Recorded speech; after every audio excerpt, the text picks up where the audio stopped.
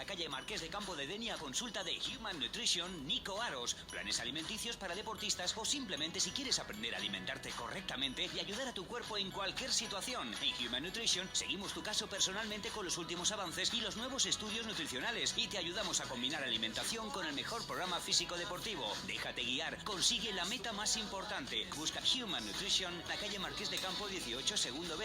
Human Nutrition Nico Aros. Y como cada semana, tiempo para hablar de nutrición y salud. Cada vez son más las personas que se aquejan de problemas digestivos que guardan alguna relación con lo que tiene que ver con la alimentación. Intolerancias, alergias, sensibilidades, intestinos irritables, entre otros. Para abordar un tema tan sumamente serio, hoy nuestro dietista nutricionista de cabecera, Nico Aros, nos ha traído una invitada muy especial. Muy buenas, Nico, ¿cómo estás? ¿Qué tal? Cuéntanos, preséntanos a tu invitada. ¿Qué tal, Jaime? Estupendamente. Pues mira, ella es Virginia Gómez, es técnico en dietética y también es dietista nutricionista. Al igual que yo, ella pasa consultas, es decir, que no solamente es divulgadora, sino que también tiene su centro y se llama Leris, ¿no? Si no me equivoco. Su carrera laboral también la ha llevado a especializarse en campos tan complejos como la nutrición clínica, la nutrición digestiva clínica y la dieta vegetariana y dieta vegana. Y la verdad es que creo que es la persona más idónea para hablar de estos temas. Muchos la conoceréis por su alias de dietista enfurecida. Es muy activa a nivel de redes sociales. Si tecláis su nombre en Facebook, @dietista enfurecida, la vais a encontrar. Facebook, Instagram o Twitter. Y haceros el favor de seguirla, que aprenderéis muchas cosas. Muy buenas, querida amiga, gracias por venir, gracias por tu tiempo. Buenas, ¿qué tal? Muchas gracias por invitarme. Muchísimas gracias, Virginia, y es un placer conocerte. Igualmente. Pues bien, Nico, si te parece, entramos en materia y me dirijo a Virginia. Virginia, dinos, ¿qué sucede con los trastornos digestivos? ¿Cada vez tenemos más trastornos digestivos o es que en realidad cada vez hay más diagnóstico? Bueno, yo creo que en realidad las dos cosas A y B son ciertas. Creo que es lo que está sucediendo es que ahora efectivamente hay cada vez más trastornos digestivos, más que enfermedades como tal, que también que esto sí puede ser porque cada vez los diagnósticos, pues los cribados son más finos, por así decirlo, pero también es verdad que al comer cada vez peor y tener una amplia oferta de alimentos, pero malsanos, es más frecuente que nos encontremos con trastornos digestivos. Eso sí que es verdad, sí. Claro. Pues yo quería preguntarte, Virginia, sobre el tema del síndrome de colon irritable, ¿no? En los últimos años hemos estado viendo que es una dolencia de las más diagnosticadas. Al menos es lo que se puede ver a los que trabajamos en consulta, ¿no? Que viene mucha gente con esto. ¿Es posible que se haya convertido un poquito en un cajón desastre donde ya los médicos van metiendo muchas patologías similares, pero de causalidad distinta? Sí, sí, yo creo que el síndrome de intestino irritable, pese a estar muy bien definidos los criterios diagnósticos y pese a que se debe realizar un diagnóstico diferencial para poder diagnosticarlo, valga la redundancia, sí. La realidad es que aunque sí que es relativamente fácil cribar, pues efectivamente cumples los criterios diagnósticos que conforman el colon irritable. ¿Qué pasa? Que el diagnóstico diferencial, que es descartar cualquier otra enfermedad que dé síntomas similares al colon irritable, eso no tenemos recursos para poder, en sanidad pública no hay recursos suficientes para poder hacer el diagnóstico diferencial correctamente. Entonces, claro, cuando no hay ninguna señal de alarma, pues muchas veces con el poco tiempo del que se dispone en sanidad pública, pues si no hay nada muy, muy alarmante, pues eres colon irritable y se acabó. Se acabó. Sí, a ver, sí, te apañas, por desgracia, ¿no? sí. Vaya, tengo un amigo, una persona conocida que diagnosticaron síndrome del colon irritable. Le dijeron que tenía que dejar de comer alimentos altos en fibra y que consumiera sus versiones también y que consumiera esas versiones refinadas, arroz blanco, pasta blanca, pan blanco. Y también que no consumiese legumbres. ¿Esto es buen consejo? Eso es un parche, claro. En realidad. Esto es un buen consejo para un momento muy, muy concreto, porque claro, esto lo que es una dieta baja en fibra. Claro, si no consumes fibra, pues normalmente no tienes molestias, aunque la fibra no sería el único problema.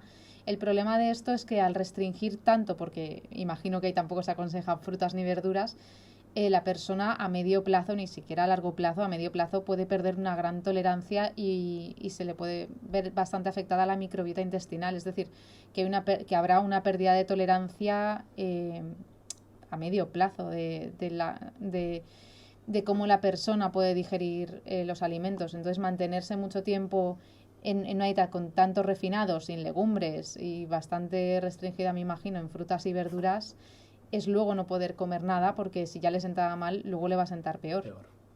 Claro. Tal cual. Y otro de los cuadros, ya que estamos hablando del tema digestivo en profundidad, nos vamos a meter en el tema del Crohn. Veo que por los pacientes que voy teniendo hay una enorme variabilidad, ¿no?, en las tolerancias de uno y las tolerancias del otro.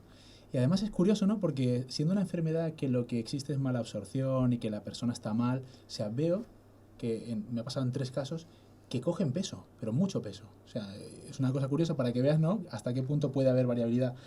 Lo que te quiero decir es que lo que veo es que no hay una pauta que sea rígida, que a todos le funcione, quitado de las típicas recomendaciones que se le da a todo el mundo. Evidentemente, dejar de comer comida malsana, dejar de beber, por supuesto, beber ni para brindar, porque es directamente enterotóxico, ¿no? Pero, perdón, vamos a ver. De ahí la importancia de que sea la dietista nutricionista la que con ayuda del paciente trata de personalizar esa pauta a prescribir. ¿Es así o no? Es decir, ¿el dietista nutricionista debe ayudar a hacer una pauta personalizada para cada paciente en concreto, o puede haber una pauta que a todos los Crohn les funcione?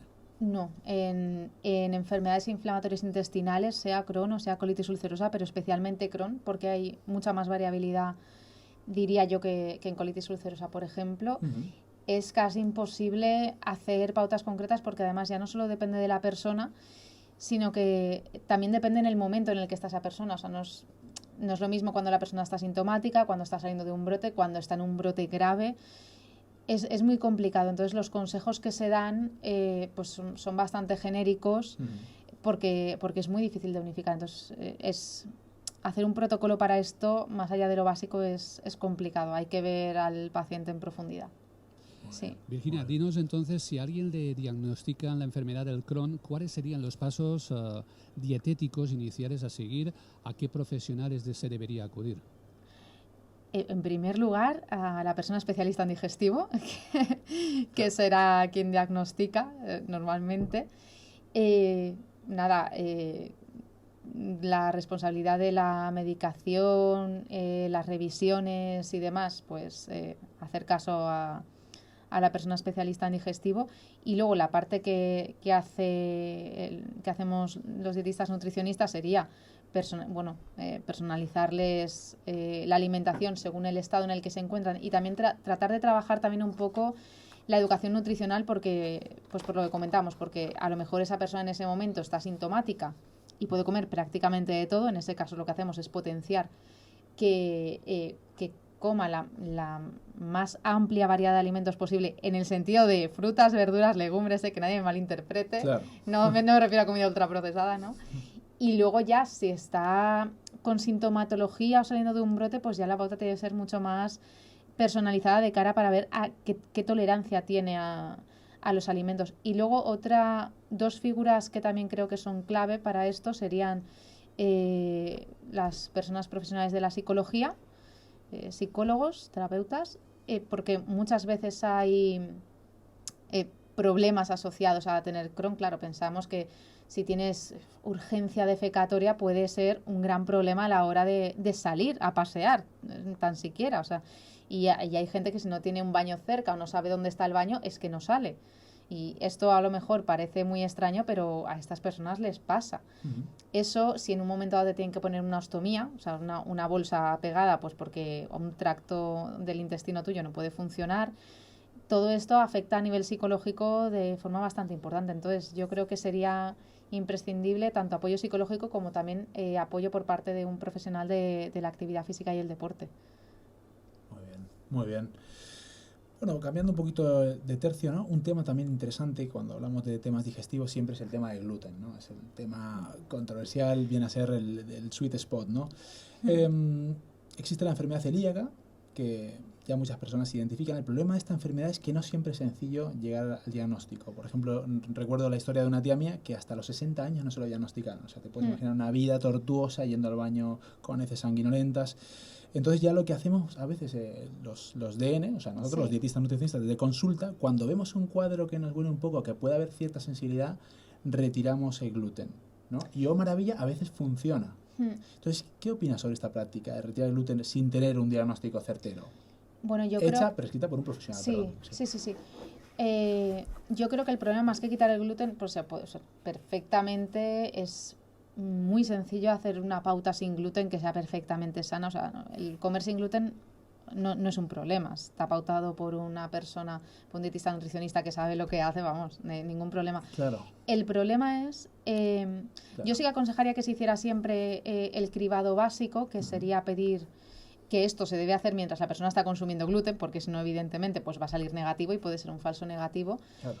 Pero el cribado básico, que es mirar, nada, un par de parámetros en sangre, que sería el anticuerpo antitransglutaminasa tisular 2, y saber si la persona produce suficiente inmunoglobulina A. Estos dos parámetros serían los que se deberían mirar, o al menos los que contempla que se mire el protocolo para el diagnóstico precoz de enfermedad celíaca, que se puede ver y descargar en el Ministerio de Sanidad. Por lo menos hacer la prueba, o sea, el cribado más básico que hay, y vale, a ver si sale negativo, pues efectivamente. Porque luego sobre el papel, una dieta sin gluten, sobre el papel es la misma para una persona celíaca que para una persona que vamos a probar a retirar el gluten. El problema no lo tenemos en el papel, sino que si efectivamente la persona tiene celiaquía, la cosa va a ir mucho más allá. Tiene que tener muchísima más educación nutricional de cara a contaminarse con trazas. No puedes usar estos cubiertos si los ha usado otra persona para tocar algo con gluten. Requiere muchísima educación nutricional. Pero bueno, volviendo a lo que me has preguntado, yo creo que no cuesta nada hacer primero un cribado básico en sangre, mirar estas dos cosas en sangre para ver si efectivamente la persona es celíaca o no. Y luego ya pues se puede retirar el gluten perfectamente. Más que nada porque el riesgo es que efectivamente esa persona sí que sea celíaca, que mejore cuando deja el gluten, evidentemente, si es celíaca. Y no tener nunca un diagnóstico. Y claro, y no tener diagnóstico, entonces esa persona no va a tener cuidado con las trazas y va a estar contaminándose constantemente, y esto puede ser un problema. Por eso mi consejo sería hacer el cribado. Vale, perfecto, muy bien, muy bien. Pero ¿y si no tengo ningún tipo de problema con el gluten ni dolencia digestiva? Quitándome el gluten, ¿estaré protegiendo mi salud? Por cierto, ¿qué es el gluten? Dios mío. Bueno, el gluten es un tipo de proteína que contienen, quizá en otros cereales se llama de otra forma, pero básicamente los cereales de secano, trigo, cebada y centeno, una de las proteínas que contienen es gluten.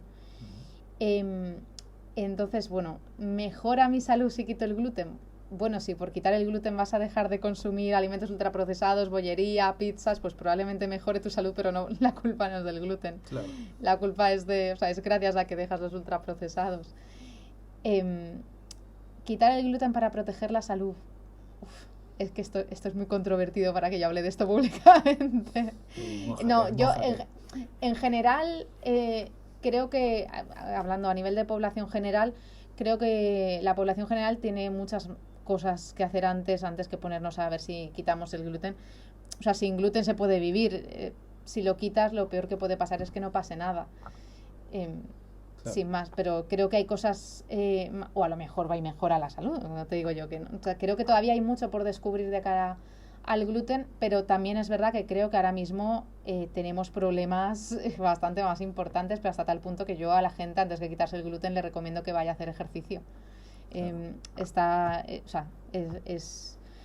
foco de atención no tiene que estar puesto en el gluten, creo yo. O sea, es más práctico que esté puesto en comer bien, en hacer deporte, más que otra cosa. Sí, además, si te quitas el gluten y te cambias a sus homólogos sin gluten, lo que te va a pasar es que te va a adelgazar la cartera también, porque es caro. Creo que te vas a gastar unos 1.700 euros más al año que las personas que comen el resto. Así que hay que tomar nota. Claro, mejor lo que dice ella, cambiar otras cosas que son bastante más importantes. Un tema que te quería comentar, ¿no? Hace un par de años que abordo a mis pacientes con la ayuda de un profesional de la psicología, ¿no? El gran Vicente Seguí, que es un tío que lo hace muy guay. ¿Podría pasar que sospechemos de problemas de intolerancias y trastornos digestivos y lo que en realidad está ocurriendo es que la persona está atravesando serios problemas personales y psicológicamente somatiza en un cuadro digestivo muy potente? ¿Te ha pasado alguna vez? Sí, a ver, la parte... Yo sé que a la gente que tiene colon irritable, bueno, y otras enfermedades digestivas en general, pues sobre todo colon irritable, Ujú. les da mucha rabia que les digan, eso lo que pasa es que eres nervioso, es que tienes ansiedad. No, claro, O sea, no es claro, así. evidentemente el estar pasando por una mala situación personal o tener momentos bastante recurrentes de ansiedad, inevitablemente esto nos afecta al peristaltismo intestinal, o sea, a lo rápido que hacemos la digestión si estamos muy nerviosos, a cómo nos sientan las cosas. Entonces, yo no diría tanto que es la causa, pero sí que es verdad que influye y que por supuesto se tiene que tener en cuenta. De hecho, en pacientes con colon irritable, pues muchas veces aconsejamos terapia psicológica. Fíjate. Sí que es verdad que normalmente con dietoterapia mejoran mucho, pero el combo ideal es dietoterapia y apoyo por parte de psicólogo. Muy bien. Sí, sería lo ideal, desde luego. Muy bien. Vosotros en Aledis lo Sí, tocáis sí, así sí, también, sí, ¿no? sí, Con sí, psicología. sí, trabajamos con psicólogas también y vamos, Qué bueno. imprescindibles. Ha mejorado mucho. Sí, sí, sí. Fantástico. Virginia, veo que eres una entendida en alimentación vegetariana y vegana. Si alguien tiene Crohn o colon, como estamos abordando, el colon irritable, y el tema de la fibra les afecta mucho, pero además la persona es vegana, ¿qué debería hacer para tratar de mejorar? ¿Es compatible una cosa con la otra? Bueno, es verdad que en personas vegetarianas estrictas o lacto-vegetarianas, claro, la diversidad se nos reduce, pues no contamos con carne, pescado, huevos y lácteos, pero también hay otras fuentes proteicas que no contienen tanta fibra o que directamente, pues como es el caso del tofu, no tienen absolutamente nada de fibra ni tienen absolutamente nada de azúcares fermentables. Lo que hacemos es, les explicamos, mira, esta es la variedad que vamos a tener, esto es lo que podemos hacer con la alimentación vegana y aplicar exactamente la misma dietoterapia, cuidar que no les falte de nada. Y vamos, sin más, yo sí que tengo pacientes que lleven alimentación vegetariana estricta, con Crohn, con colon irritable, y bueno, en principio también tenemos que pensar que esto es una idea, o sea, forma parte de nuestra ideología, es una cuestión de ética, entonces no es de extrañar que una persona prefiera, o sea, perfectamente puedes encontrarte con gente que dices, mira, si yo no tengo que llegar a las proteínas, no voy a llegar, pero yo no voy a comer animales. Es decisión del paciente y eso no se puede juzgar, así que con lo que tenemos hacemos, pero como poder sí que se puede, claro. Sí que se puede. Y ya puestos en el tema del tratamiento, ¿no?, de muchas de estas dolencias digestivas, hay un nuevo, entre comillas, bastante nuevo abordaje conocido como FODMAPs, que los dietistas nutricionistas sabemos muy bien de qué se trata, ¿no? ¿Qué aplicación le darías? Es decir, ¿podrías explicarnos brevemente de qué consta y hoy en día dónde se podría tratar de aplicar? Sí, la dieta baja en FODMAPs hace referencia a una dieta baja en azúcares fermentables, por ejemplo, como puede ser la lactosa, que es lo que les pasa, es el ejemplo más típico, ¿no? Por ejemplo, una persona que es intolerante a la lactosa, ¿qué pasa cuando toma lactosa? Pues que la lactosa no se digiere en el intestino delgado y que cuando llega al colon la microbiota empieza a fermentar la lactosa que debería haberse absorbido y crea una cantidad de gases brutal. Y crea una sintomatología pues muy típica de colon irritable que en este caso sería por culpa de la lactosa. Entonces, en el caso de la dieta baja en FODMAPs, directamente lo que se hace es que efectivamente se va la lactosa y se va absolutamente cualquier azúcar fermentable de la dieta. Esto normalmente la aplicación práctica más famosa que tiene es para colon irritable. Funciona muy bien en pacientes con colon irritable, aunque yo trato de hacer cribado para ver un poco, o sea, les pregunto ciertos alimentos que yo sé que suelen sentar mal. Y la verdad es que yo diría que la aplicación más práctica es para pacientes con colon irritable. Es verdad que es una dietoterapia que no todo el mundo está dispuesto a hacer porque es bastante estricta, no lo digo en el sentido de pasar hambre, pero es como, mira, solo vas a tener estas frutas, estas verduras, estas opciones proteicas, de aquí no te puedes salir por lo menos durante un mes. Entonces, claro, hay que tener cierta motivación para hacer esta dietoterapia. Puede ser para colon irritable, para algunos momentos puntuales, según la tolerancia que tengan los pacientes con Crohn o con colitis ulcerosa, y quizá también para sobrecrecimiento bacteriano intestinal. En general, para cualquier condición en la que se vea comprometida el poder tolerar ciertos alimentos. Vale, ¿y qué opinas en casos de lo que llamamos mala absorción de nutrientes? ¿Aplicar en los pacientes algún tipo de suplementación, es decir, vitamínicos, entre otros? Sí, habría que ver de qué tipo de mala absorción se trata, pero por ejemplo, si hay una una mala absorción de grasas. Si hay una mala absorción de grasas, probablemente hay una mala absorción también de vitaminas liposolubles, que son las que están en la grasa. Claro, si no se absorbe la grasa, no se absorben las vitaminas liposolubles. Aquí podemos hacer una dieta, o sea, podemos sugerir suplementación para evitar tener déficits, pero lo más importante es saber de dónde viene esta mala absorción de grasas, en este caso, que es el ejemplo que hemos puesto. Saber si se trata de una insuficiencia pancreática, saber si se trata, pues porque es que a la persona le han reseccionado el ilion, que es donde se absorbe la grasa. Entonces, un poco buscar la causa para saber si se puede hacer algo más y acertarle un poco más con la pauta dietoterapéutica. Muy bien, muy bien. Y ya para ir acabando, una última pregunta, porque en verdad creo que ya hemos agotado el tiempo, ¿no, Jaume? Todavía nos quedan para un par de preguntas más que tenemos pendientes. Perfecto. Pues volviendo entonces al tema de FODMAPs. Vale, una cosa que creo que la has dicho, pero era remarcarla. Esto no va a ser nunca para siempre. Es decir, la persona, una vez que has recortado sus alimentos, luego existe lo que se conoce como provocación, ¿no? Y poquito a poco iremos poniendo reintroducciones. Sí. Más que nada para que nadie se asuste, pero sí. que se puede luego volver a una cierta normalidad y que tu cuerpo... Claro, sí. O sea, de hecho aquí el objetivo es que las personas van a tener digestiones normales y corrientes. Entonces, la fase restrictiva pues dura alrededor entre 1 y 2 meses, dependiendo de la persona. Vale. Y luego, de ahí en adelante, sí que se aconseja... Bueno, en mi caso, o sea, como yo trabajo, sí que ya se aconsejan probióticos. Y vamos haciendo reintroducciones un poco en función de lo que intuimos que puede tolerar la persona. Claro, pensamos que anteriormente le hemos preguntado a ti cómo te sienta esto, a ti cómo te sienta lo otro. En este mes, cuando has tomado esto, ¿cómo te has encontrado? Entonces vamos haciendo reintroducciones bastante guiadas que no dejan de ser, además de comprobar la tolerancia, lo que no deja de ser es crear tolerancia, o sea, ir metiendo un poco de cada alimento y seguir hasta que la persona vuelve a tener una tolerancia normal a los alimentos, o al menos a la mayoría de ellos. Luego a lo mejor si hay un par de alimentos que no tolera, pues bueno, pero por lo menos a la mayoría para que no tenga problemas en este sentido. Muy bien. Vamos ahora ya sí con las dos últimas preguntas. La primera sería, si decido hacerme vegetariano, por ejemplo, mi hijo es vegetariano, y si yo decido hacerme vegetariano, ¿debería antes que nada consultar a un dietista nutricionista? ¿Debería temer alguna ausencia de hierro o de algún nutriente? Hombre, consultar con un dietista nutricionista siempre está muy bien. Claro. Eso, claro, yo eso siempre te lo voy a recomendar. No, bueno, además de esto, y por no parecer que barro hacia casa, efectivamente. Sí, también lo que pasa es que no tenemos demasiada información. O sea, la sanidad pública tampoco es que ponga mucha información a nuestra disposición sobre una alimentación vegetariana equilibrada, tampoco digo para una patología concreta. Entonces, yo creo que siempre estaría bien. Y luego, además de esto, lo único que hay que... Bueno, las dos únicas cosas importantes que yo diría que hay que tener en cuenta en dieta vegetariana, porque el resto de cosas son exactamente iguales, seas vegetariano o seas omnívoro. Uno sería la suplementación con vitamina B12, que esto sí debe realizarse porque es la única vitamina que no se puede obtener a través de alimentación vegetariana estricta. Sí que huevos y lácteos tienen algo de B12, pero rara vez podemos alcanzar las necesidades. Da igual, suele ser una suplementación. Habitualmente es una suplementación semanal de 2.000 microgramos por semana. Habitualmente, si no pasa nada, nunca está de más consultar a un dietista nutricionista. Y luego, pues nada, que donde antes había carne y pescado, pues ahora tiene que haber un homólogo proteico que sea huevo si la persona toma huevo, y si no, legumbres o derivados de la legumbre, como puede ser el tofu, el tempeh, la soja texturizada, lo que sea. Y ya para finalizar, Virginia, ¿podrías decirnos algunas pautas para mejorar nuestros hábitos y a los que tenemos digestiones difíciles? ¿Qué consejos básicos nos puedes dar?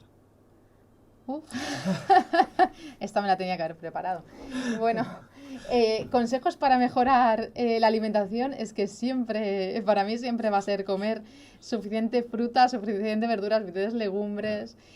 Pero bueno, además de esto, de cara a las malas digestiones, que precisamente este consejo puede ser un problema, si no se tolera demasiado bien, yo diría que hacerlo de forma progresiva. Claro, si pasamos de comer fast food a comer una dieta vegana súper sana, pues se puede tener algún problema porque nuestra microbiota no está acostumbrada a eso.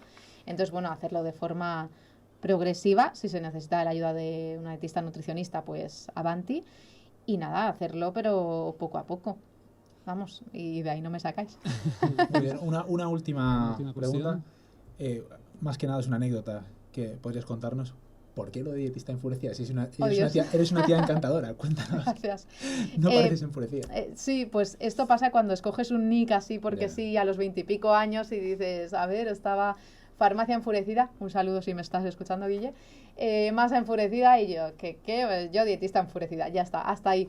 Vale, pero que no fue por tema de intrusismo. No, ni no, por sí, tema- sí, a ver, también vale, fue vale, vale. porque además Es que- yo cuando empecé estábamos en un momento fatal, los dietistas nutricionistas teníamos Ya. intrusismo por todas Todas. partes, los organismos oficiales pues no, tampoco se movilizaban, fue cuando empezamos a salir en dietética sin patrocinadores y demás, entonces yo estaba indignada, bueno, yo sigo Claro. indignada O sea, permanentemente. Lo que pasa es que nuestra percepción va cambiando porque también nuestra situación Sí. nos vamos colocando, vamos funcionando ya como profesionales y ya va haciendo que... Claro, y que cada vez se nos tiene más en cuenta, que también es de agradecer. Es cierto, pero, Así que, pues pero bueno. un DN que acaba la carrera ahora en 2019 a lo mejor también está enfurecido, ¿no? No, sí, no me Seguro. extraña. Sí, yo Claro. yo hago una llamada al enfurecimiento, ¿eh? Claro. Pues nada, ahí queda esa llamada. Pues es un Hombre. placer contar hoy con dos buenos dietistas nutricionistas, en este caso el de cabecera, que lo tenemos todas las semanas, Nico Aros, y muchas gracias, Virginia, ha sido un placer tenerte aquí con nosotros. A Un vosotros, placer, igualmente. gracias. Sí. Gracias. Nico, ti. te emplazo para el próximo día a ver cómo me sorprendes con otro No tema sé, lo interesante, pensaré. con invitados, sin invitados. Bueno, hasta la próxima semana. Hasta la próxima. Adiós, hasta luego.